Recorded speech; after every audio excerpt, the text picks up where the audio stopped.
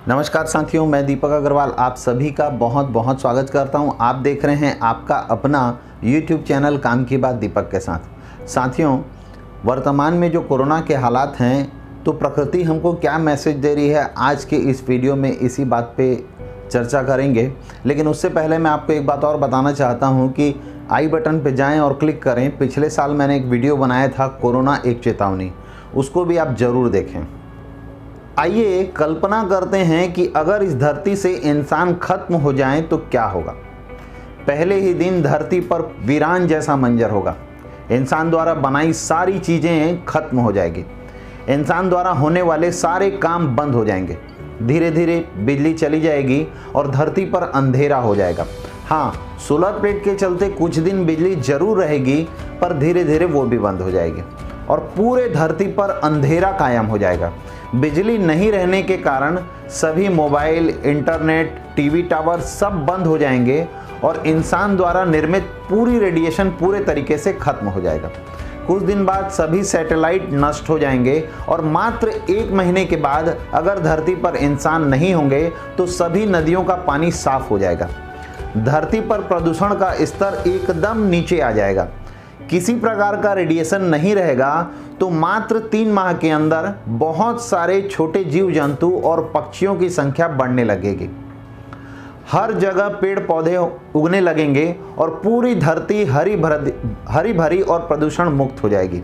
1 साल के बाद सर्दी, गर्मी, बरसात के मौसम निश्चित समय पर होने लगेंगे। समुद्र और नदियों में जल जीवन फिर से बढ़ने लगेगा। मानव के बनाए हर चीज पर कुदरत अपना असर दिखाएगी और धीरे धीरे सारी बिल्डिंग भी खत्म होने लगेगी। 10 साल के बाद क्या होगा? 10 साल के बाद इंसान द्वारा काटे जंगल फिर से हरे भरे हो जाएंगे और अगर अंतरिक्ष से इस धरती को देखा जाए तो वो हरे रंग की दिखेगी।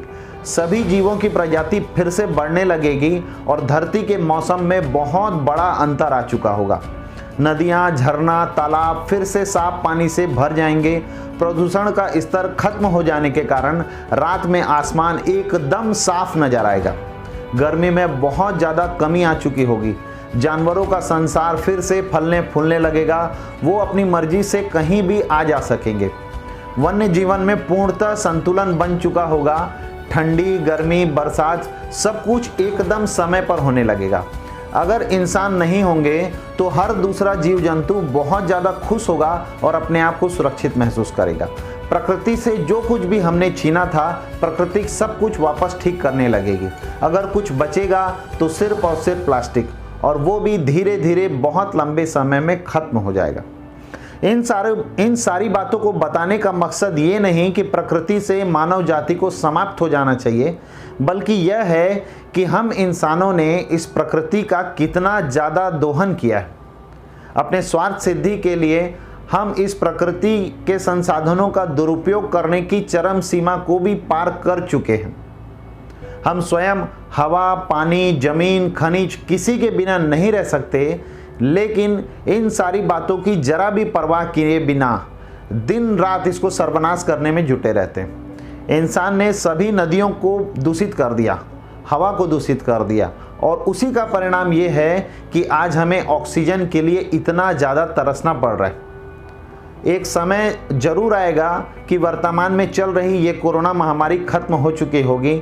हम बहुत सारे अपने लोगों को खो भी चुके होंगे, लेकिन क्या हम प्रकृति के इस चेतावनी को याद रखेंगे या फिर केवल इस प्रकृति से छीनते ही रहेंगे, या इसके लिए कुछ हमारी जो जिम्मेदारी है उसको भी पूरा करेंगे? आपको याद होगा आज से 20 साल पहले का समय, हवा कितनी अच्छी होती थी। नदी, नाला, तालाब, कुओं में कितना अच्छा पानी हुआ करता था। पानी में मछलियाँ और भी दूसरे जीव जंतु दिखाई देते थे।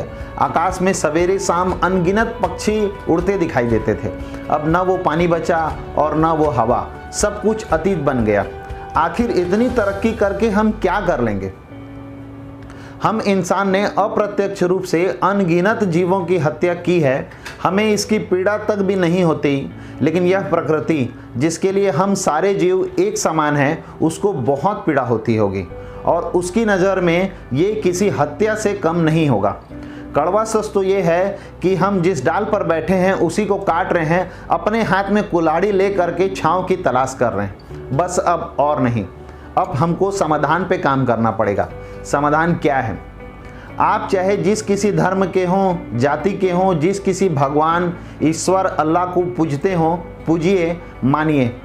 उनको हमने कभी नहीं देखा और कभी देख भी नहीं पाएंगे, पर जो भगवान, जो खुदा हमें हर पल दिखता है, उसको हमको पहले पूजना पड़ेगा, उसका सम्मान करना पड़ेगा। केवल कह देने से जल देव, वायु देव या अग्निदेव बात नहीं बनने वाली। यही असली देव हैं, और देवों के देव, देवादिदेव अगर कोई हैं तो वो है प्रकृति देव। प्रकृति हमारे पिता हैं, प्रकृति हमारी माँ है। सबसे पहले इनको पूजना पड़ेगा। हर इंसान को, हर सरकार को, हर शासन को, हर प्रशासन को प्रकृति सुरक्षा के लिए कड़े से कड़े नियम बनाने पड़ेंगे। बच्चों को प्राथमिक शिक्षा से लेकर अंतिम शिक्षा तक प्रकृति सुरक्षा और उसके महत्व का पाठ्यक्रम पढ़ाना पड़ेगा। अधिक से अधिक पेड़ लगाने पड़ेंगे। पानी चाहे नदी का हो या तालाब का, उसे गंदा नहीं करना है। यही इस प्रकृति की पूजा है। अंत में बस इतना कहना चाहता हूँ कि इस वीडियो को मनोरंजन मत समझना, इसे ज़्यादा से ज़्यादा शेयर करना, इसके बारे में चर्चा करना, क्योंकि प्रकृति है तो हम हैं तो सब कुछ है, और अगर हम नहीं तो कुछ भी नहीं। आप सभी सदा सुरक्षित रहें, खुश रहें, अपनी इस प्रकृति की सुरक्षा करें। इन्हीं शुभकामनाओं के साथ शुक्रिया, थैंक यू, धन्यवाद। जय हिंद, जय भारत, जय छत्तीसगढ़।